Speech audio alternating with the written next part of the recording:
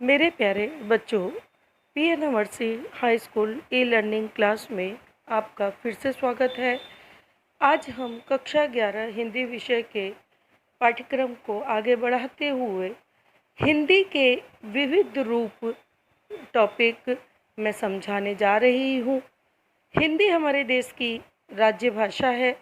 यह देश के बहुत बड़े क्षेत्र में बोली तथा समझी जाती है और देश के लोगों की संपर्क भाषा है। देश के कई राज्यों में प्रशासनिक कार्य हिंदी में ही होते हैं। अब हिंदी का मानकीकरण हो चुका है, पर आरंभ में यह इतनी परिष्कृत नहीं थी। इस गद्यांश में आरंभिक काल में हिंदी के आधार, उसके विकास में अनेक लोगों के योगदान, उनकी भूमिका, व्यापकता तथा अंतर्राष्ट्रीय स्तर पर उसके प्रयोग आदि के बारे में बताया गया है। तो बच्चों, आज हिंदी के विविध रूप टॉपिक में आज हम समझ रहे हैं कि हिंदी का प्राचीनतम रूप क्या था। तो हमारा भारत एक बहुभाषी देश है। हिंदी का राष्ट्रीय रूप खड़ी बोली पर आधारित है। खड़ी बोली हिंदी का विकास 19वीं सदी में हुआ, पर इसका आरंभिक रूप बहुत पुराना है। 10वीं 11वीं सदी में हिंदी का प्राचीनतम रूप पुरानी हिंदी के नाम से मिलता है। 13वीं शताब्दी के आखिरी काल में अमीर खुसरो की खड़ी बोली में कविताएं मिलती हैं। हिंदी खड़ी बोली का विकसित रूप है। यह दिल्ली और उसके आसपास के क्षेत्रों में बोली जाने वाली थी। इसमें कई बड़ी बोलियों को मिलाकर हिंदी भाषा बनी है।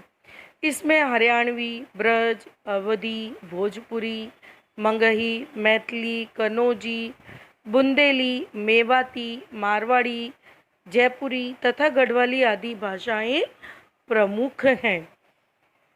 प्रारंभिक हिंदी के विकास में नाथों, सिद्धों और संतों का बड़ा योगदान रहा है। कि हिंदी के विकास में किन किन का योगदान रहा, तो यहाँ पर हिंदी के विकास में नाथों और सिद्धों और संतों का बड़ा योगदान रहा। उन्होंने ही अपनी रचनाओं के माध्यम से इसे पूरे भारत में पहुँचाया था। अब कौन कौन से नगर प्रभाव हुए हिंदी से, तो हिंदी पर बड़े नगरों की भाषाओं का भी प्रभाव पड़ा है।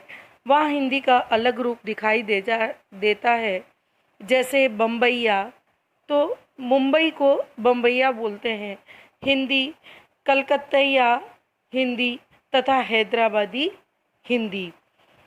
अब उनका हिंदी का मानकीकरण कैसे हुआ, तो आधुनिक काल में हिंदी का मानकीकरण किया गया।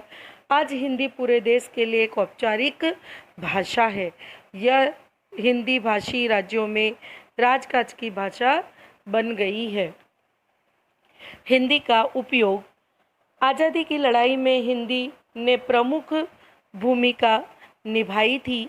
हिंदी के सर्वदेशिक रूप के कारण गांधी जी तथा अन्य बड़े नेताओं ने भी विभिन्न राज्यों के आंदोलन में इसी का प्रयोग किया था। उन्होंने समूचे देश के लिए हिंदी अपनाने पर जोर दिया था। हिंदी भाषी क्षेत्र देश का विशाल क्षेत्र हिंदी भाषी क्षेत्र के रूप में जाना जाता है। उत्तराखंड से लेकर के हिमाचल, दिल्ली, हरियाणा, राजस्थान, उत्तर प्रदेश, झारखंड, बिहार, मध्य प्रदेश तथा छत्तीसगढ़ तक यह क्षेत्र फैला है। इन क्षेत्रों में औपचारिक रूप से हिंदी का ही प्रयोग होता है। अब हिंदी का विस्तार कहाँ कहाँ है, तो आज हिंदी का प्रयोग अंतर्राष्ट्रीय स्तर पर हो रहा है। देश से बाहर फिजी, मॉरिशस, सूरीनाम, त्रिनिदाद और गुयान में भी भारतीय मूल के निवासी हिंदी का प्रयोग करते हैं। इसके अलावा ऑस्ट्रेलिया, चीन, जापान तथा कोरिया में विश्वविद्यालय स्तर पर हिंदी का अध्ययन होता है। राज्य भाषा कब बनी यह हमारी, तो आज़ादी के मिलने के पश्चात 14 सितंबर 1949 को हिंदी को राजभाषा का पद प्राप्त हुआ। अब हिंदी के दो रूप हैं, जन व्यवहार की हिंदी तथा प्रयोजन परक कार्य क्षेत्रों की हिंदी।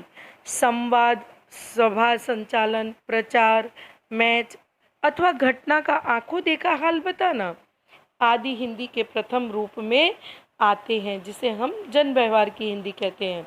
राजभाषा के रूप में प्रयोग की जाने वाली हिंदी भाषा को प्रयोजन मूलक हिंदी कहते हैं। हिंदी आज सामाजिक सांस्कृतिक एकता का प्रतीक है। कि ये हुए बच्चों जन व्यवहार की हिंदी के क्षेत्र और प्रयोजन करक कार्य क्षेत्रों की हिंदी का रूप। अब संक्षेप में, आज हिंदी साहित्य भाषा होने के साथ साथ भारत की राजभाषा और संपर्क की भाषा भी है। यह हमारी सामाजिक सांस्कृतिक एकता का माध्यम है। हिंदी में देश की सामाजिक संस्कृति की अभिव्यक्ति हुई है। तो बच्चों, ये हुआ हमारा हिंदी के विविध रूप, जो मैंने आपको विस्तृत से समझा दिया है। अब इसके प्रश्न उत्तर संक्षिप्त वाले हम देख लेते हैं। राजभाषा से क्या तात्पर्य है? राजभाषा का अर्थ है कि देश की वह भाषा जो राज्य कार्यों तथा न्यायालयों आदि में प्रयुक्त हो। हिंदी किन किन राज्यों की प्रमुख राजभाषा है? हिंदी भाषी राज्यों की मुख्य राजभाषा है। ये राज्य है उत्तराखंड, हिमाचल प्रदेश, दिल्ली, हरियाणा, राजस्थान, उत्तर प्रदेश, झारखंड, बिहार और मध्य प्रदेश, छत्तीसगढ़। हिंदी भारत की राज्य भाषा कब बनी? स्वाधीनता के बाद 14 सितंबर 1949 को हिंदी भारत की राज्यभाषा बनी। किन किन देशों में भारतीय मूल के लोग हिंदी का प्रयोग कर रहे हैं? तो भारतीय मूल के लोग कई देशों में हैं, जो फिजी, मॉरिशस, सूरीनाम, त्रिनिदाद और गयाना आदि देशों में भारतीय मूल के लोग हिंदी का प्रयोग कर रहे हैं। तो बच्चों, ये हुए संक्षिप्त में उत्तर। अब आपको संक्षिप्त टिप्पणी अर्थात शॉर्ट नोट जो 2 दी गई हैं वो लिखनी है, और प्रश्न नंबर 3 के सभी सविस्तार वाले प्रश्न उत्तर आपको अपनी नोटबुक में लिखने हैं। धन्यवाद।